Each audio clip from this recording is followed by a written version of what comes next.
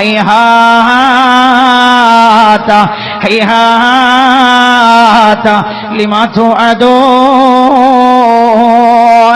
നിങ്ങളോട് മുഹമ്മദ് വാഗ്ദത്തം ചെയ്യുന്നത്, വിശുദ്ധ ഖുർആൻ പറയുന്നത് എന്തുമാത്രം വിദൂരമാണത് നടക്കാൻ പോകുന്ന കാര്യമല്ലെന്ന് ആണയിട്ട് പറഞ്ഞവരാ അവരുടെ പിൻതലമുറക്കാരാ. ശ്രദ്ധിക്കണേ, ലോകം അവസാനിക്കില്ലെന്ന് പറഞ്ഞവരുടെ പിൻതലമുറക്കാരാ.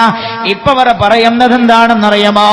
ഇല്ല, ഭൂമി നശിക്കാൻ പോവുകയാണത്രേ, പ്രപഞ്ചം തകരാൻ പോവുകയാണത്രേ.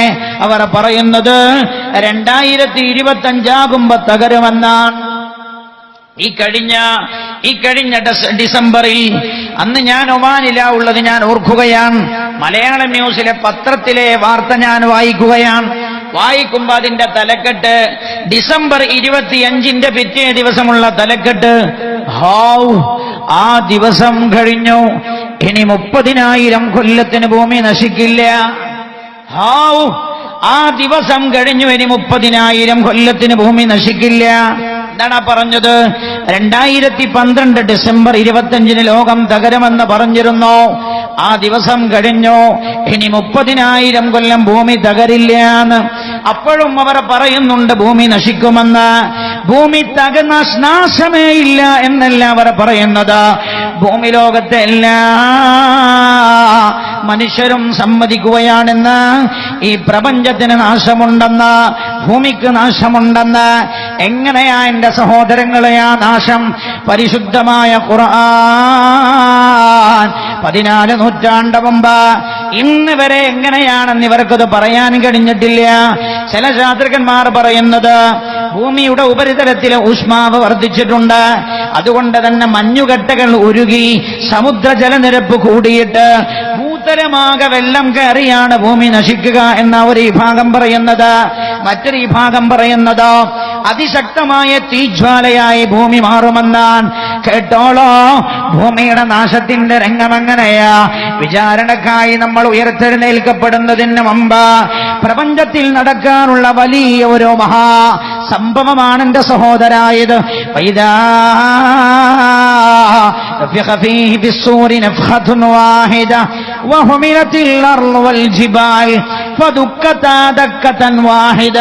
ഭൂമി എടുത്തുയർത്തപ്പെടും, പർവ്വതങ്ങളും എടുത്തുയർത്തപ്പെടും. രണ്ടും പരസ്പരം തമ്മിൽ അടിച്ചു തകർന്നു വീഴുന്നതാണ്. മാത്രമല്ല ഭൂമി താഴോട്ടും മേലോട്ടും ആടിക്കളിക്കുമെന്ന് വിശുദ്ധ ഖുർആൻ. ഭൂമി ഇപ്പൊ സഞ്ചരിക്കുന്നുണ്ട്, പക്ഷേ മനുഷ്യനത് മനസ്സിലാവുന്നില്ല. എന്നാൽ ഈ താഴോട്ടും മേലോട്ടും ആടിക്കളിക്കുന്നത് മനുഷ്യന് മനസ്സിലാകാത്ത രീതിയിലാവുകയില്ല. ഭൂകമ്പമുണ്ടാകുമ്പോ മനുഷ്യൻ തിരിച്ചറിയാറുണ്ടല്ലോ, ഭൂമി താഴ്ന്നു പോകും, റാഫിയ ഉയരുകയും ചെയ്യും. അതായത് താഴോട്ടും മേലോട്ടും ഭൂമി ആടിക്കളിക്കും. മാത്രമല്ല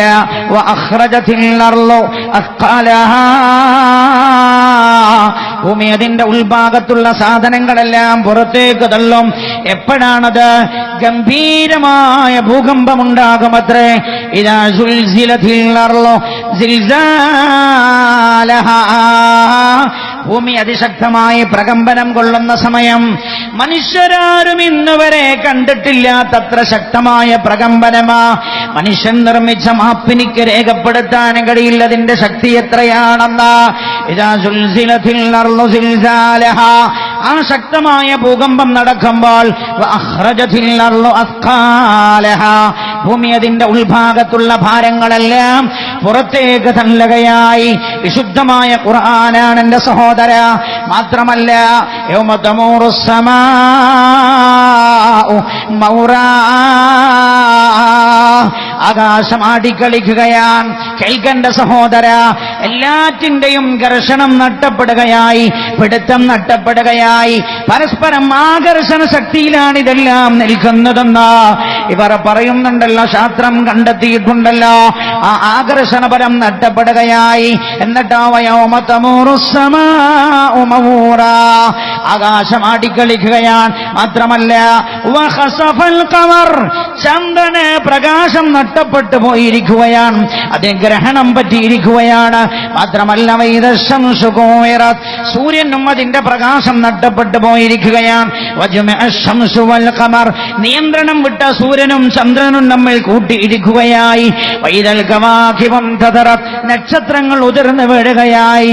മാത്രമല്ല എന്റെ പ്രിയമുള്ള സഹോദര, വിശുദ്ധ ഖുർആൻ ഓർമ്മപ്പെടുത്തുകയാണ്, വൈദൽ ബിഹാറു ഫുജ്ജിറത് വൈദൽ ബിഹാറു സുജ്ജിറത് വൈദൽ ബിഹാറു ഫുജ്ജിറത് വൈദൽ ബിഹാറു സുജ്ജിറത്. കടൽ ആളിക്കത്താൻ തുടങ്ങും. ശ്രദ്ധിക്കണം, എത്ര കാലം വരെ, അടുത്ത കാലം വരെ ഭൂമി തകരില്ലെന്ന് പറഞ്ഞവർ ഇപ്പോഴാ പറഞ്ഞത് ഭൂഗോളം തീപ്പന്തമായി മാറുമെന്ന്. 14 നൂറ്റാണ്ട് മുമ്പ് വിശുദ്ധമായ ഖുർആൻ വൈദൽ ബിഹാറു ഫുജ്ജിറത് വൈദൽ ബിഹാറു സുജ്ജിറത്, കടലുകൾ ഭൂമിയിലേക്ക് ഇരച്ചു കയറും, കടൽ വെള്ളം ഭൂമിയിലേക്ക് കയറും. അങ്ങനെ വെള്ളം കത്താൻ തുടങ്ങും, ഭൂമി തീപന്തമായി മാറുമെന്ന് വിശുദ്ധ ഖുർആൻ. അങ്ങനെ അതാ ഒന്നാമത്തെ ഊത്തോടുകൂടെ പ്രപഞ്ചത്തെ ആകെ പിടിച്ചു കുലുക്കുകയാണ്. രണ്ടാമത്തെ ഊത്തോടുകൂടെ അത് ലോകത്തെ മുഴുവൻ നശിപ്പിക്കുന്ന ഊത്താണ്. മഹാനായ ഇസ്രാഫീൽ അലൈഹിസ്സലാം അതാ രണ്ടാമത്തെ ഊത്തൂതുന്നതോടുകൂടെ ഈ പ്രപഞ്ചത്തിലുള്ള എല്ലാം നശിക്കുകയാ എന്റെ സഹോദര. പിന്നെ ബാക്കിയാകുന്നതാരാ കേട്ടോളോ, പിന്നെ ബാക്കിയാകുന്നത് ആരാണ്? ബഖയ ജിബ്രീൽ വമീകായിൽ വഇസ്രാഫീൽ വഹമലത്തുൽ അർശി വഅസ്റായീൽ. മഹാനായ ജിബ്രീൽ അലൈഹിസ്സലാം, മീകായിൽ അലൈഹിസ്സലാമും ഇസ്രാഫീൽ അലൈഹിസ്സലാമും ഹമലത്തുൽ അർശി, അർശിനെ ചുമക്കുന്ന മലക്കുകളും അസ്റായീൽ അലൈഹിസ്സലാമും ഇവർ മാത്രമാണ് ബാക്കിയാകുന്നത്. അല്ലാഹു റബ്ബുൽ ഇസ്സത്തി ഇസ്രാഫീൽ അലൈഹിസ്സലാമിനോട് ചോദിക്കും, ഇസ്രാഫീലേ എല്ലാവരും നശിച്ചോ? ഇസ്രാഫീൽ അലൈഹിസ്സലാം പറയുമില്ല, ഇല്ല റബ്ബേ, അല്ലാഹുവേ ജിബ്രീൽ ബാക്കിയുണ്ട്, അല്ലാഹുവേ ജിബ്രീൽ ബാക്കിയുണ്ട്, മീകായിൽ ബാക്കിയുണ്ട്, അസ്റായീലും ബാക്കിയുണ്ട് തമ്പുരാനെ, നിന്റെ അർശിനെ ചുമക്കുന്ന മലക്കുകളും ബാക്കിയുണ്ട് റബ്ബേ. അല്ലാഹുവിന്റെ കൽപ്പന, അവരുടെയും റൂഹ് പിടിക്കാൻ ആരോട്? മഹാനായ അസ്റായീൽ അലൈഹിസ്സലാമിനോട്, അസ്റായീൽ അലൈഹിസ്സലാമിനോട് അവരെയും മരിപ്പിക്കാനായി ആവശ്യപ്പെടുകയാണ്. മഹാനായ ജിബ്രീൽ അലൈഹിസ്സലാം, ജിബ്രീലും മരിക്കുമത്രേ. ജിബ്രീൽ മലക്കാണല്ലോ, ജിബ്രീലും മരിക്കുകയായി. ജിബ്രീലിന്റെ റൂഹ് പിടിക്കാൻ മഹാനായ അസ്റായീൽ അലൈഹിസ്സലാം വരികയാണ്. അസ്റായീലിനെ കാണുന്ന പാടെ ജിബ്രീൽ അലൈഹിസ്സലാം ദുആ ചെയ്യുന്നതെന്താ? അല്ലാഹുമ്മ ഹവ്വിൻ അലയ്യ സകറാത്തിൽ മൗത്ത്, അല്ലാഹുവേ മരണത്തിന്റെ വേദന എനിക്ക് ലഘൂകരിച്ചു തരണേ എന്ന ജിബ്രീൽ അലൈഹിസ്സലാം ദുആ ചെയ്യുകയാ. എന്തുകൊണ്ട്? ഹബീബായ നബിയുനാ റസൂലുള്ളാഹി സല്ലല്ലാഹു അലൈഹി വസല്ലമ തങ്ങൾ വഫാത്താകുന്ന രംഗം ജിബ്രീൽ അലൈഹിസ്സലാം കണ്ടിട്ടുണ്ട്. മരണത്തിന്റെ വെപ്രാളം എന്താണെന്ന് ജിബ്രീലിന് നന്നായി അറിയാം.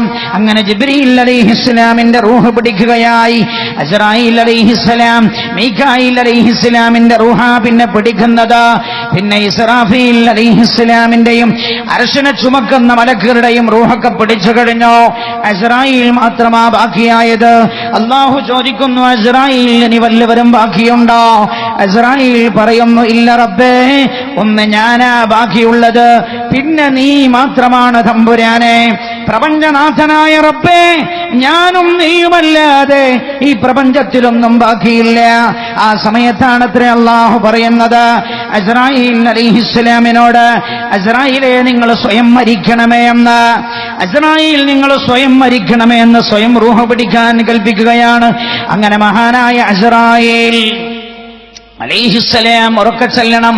മഹാനായ അസ്റായീൽ അലൈഹിസ്സലാം അദാ വയമൂതു അസ്റായീലു ഫീ മൗദിൻ ബൈനൽ ജന്നതി വന്നാർ, സ്വർഗത്തിന്റെയും നരകത്തിന്റെയും ഇടക്കുള്ള ഒരു സ്ഥലത്തു ചെല്ലുകയാണ് അസ്റായീൽ. എന്നിട്ട് സ്വന്തം റൂഹ് പിടിക്കുകയാണത്രേ അസ്റായീൽ അലൈഹിസ്സലാം. സ്വന്തം റൂഹ് ചില രേഖകളിൽ കാണുന്നത് 40 കൊല്ലമാണത്രേ തന്റെ റൂഹ് പിടിക്കുന്നത്. വേദന സഹിക്കാൻ കഴിയുന്നില്ല. അവസാനം അതാ വയസീഹു സൈഹാ, ഒരൊറ്റ അട്ടഹാസമാണത്രേ അസ്രായീൽ അലൈഹിസ്സലാം. എന്നിട്ട് ആ സമയത്ത് പറയുമത്രേ, അല്ലാഹുവേ, മരണത്തിന്റെ വേദന ഇത്ര ശക്തമാണെന്ന് എനിക്കറിയുകയായിരുന്നെങ്കിൽ നിന്റെ സ്വാലിഹീങ്ങളായ അടിമകളുടെ റൂഹ് പിടിക്കുമ്പോ ഞാൻ അവരോട് ഏറെ കരുണ കാണിക്കുമായിരുന്നു തമ്പുരാനെ. എനിക്കതറിഞ്ഞില്ലല്ലോ. അസ്രായീൽ പോലും മരണത്തിന്റെ വേദന അറിയുന്നത് എപ്പോഴാ? അസ്രായീൽ സ്വയം മരിക്കുന്ന സമയത്താണ് എന്റെ സഹോദരങ്ങളെ. അങ്ങനെ അതാ അസ്രായീലും മരിക്കുകയായി. ഇനി ഈ പ്രപഞ്ചത്തിൽ ഒരാൾ മാത്രമാ ബാക്കിയുള്ളത്. ആരാണതാ? അത് ഈ പ്രപഞ്ചത്തിന്റെ നാഥനായ അല്ലാഹുവാണ് എന്റെ സഹോദരങ്ങളെ.